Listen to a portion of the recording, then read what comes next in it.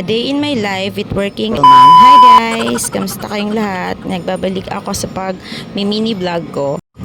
Medyo high energy nga yung pagkagising ko ngayong umaga, so naisipan kong maglaba at magluto ng babaunin ko.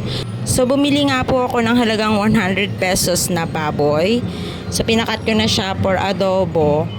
Ang plano ko is ipapatuyuan ko siya na adobo. So para kahit tagal siya ng at least 2 days, hindi siya agad-agad mapapanis. Kasi ang isipin ko yung yung para may pambaon na ako kinabukasan, may pambaon ako ngayon.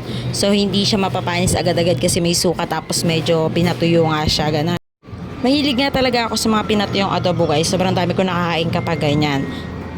Tapos bumili lang ako ng 2 patatas para kahit papaano hindi naman medyo boring yung aking adobo. So yan guys, ito na yung kinalabasan ng adobo ko. Nagtabi na rin ako ng pagkain ko para bukas at saka pambaon na rin. So siguro sobra-sobra na yan sa akin para bukas maghapon.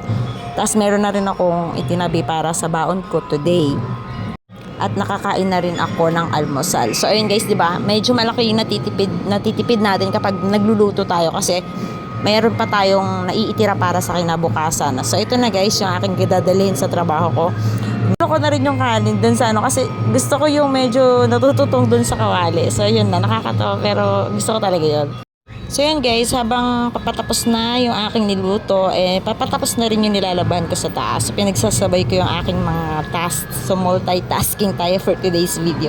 So after nito may pasok pa ako noong 12:30. So kailangan nating magmadali. Tapos na ako sa lahat, nakakain na ako ng almusal. So nakatipid ako ng pang-almusal, may pambaon ako ng tanghalian, meron pa rin ako pang mamayang gabi, tapos meron pa ako kinabukasan. So ang laki ng itinipid ko ngayong araw. So siguro lagi nang gato yung gagawin ko. Sana lagi akong sisipagin. Charis. Ayaw natin na may nasasayang na oras. So ayan na, nagsampay na ako ng mga sinampay ko para makapagpahinga ako, para makaligo na rin ako at makapag-prepare na para sa trabaho. So ayan lang guys. Thank you for watching and sana naman po ay i-like nyo ang aking mini vlog na ito. And maraming salamat po in advance. See you lang.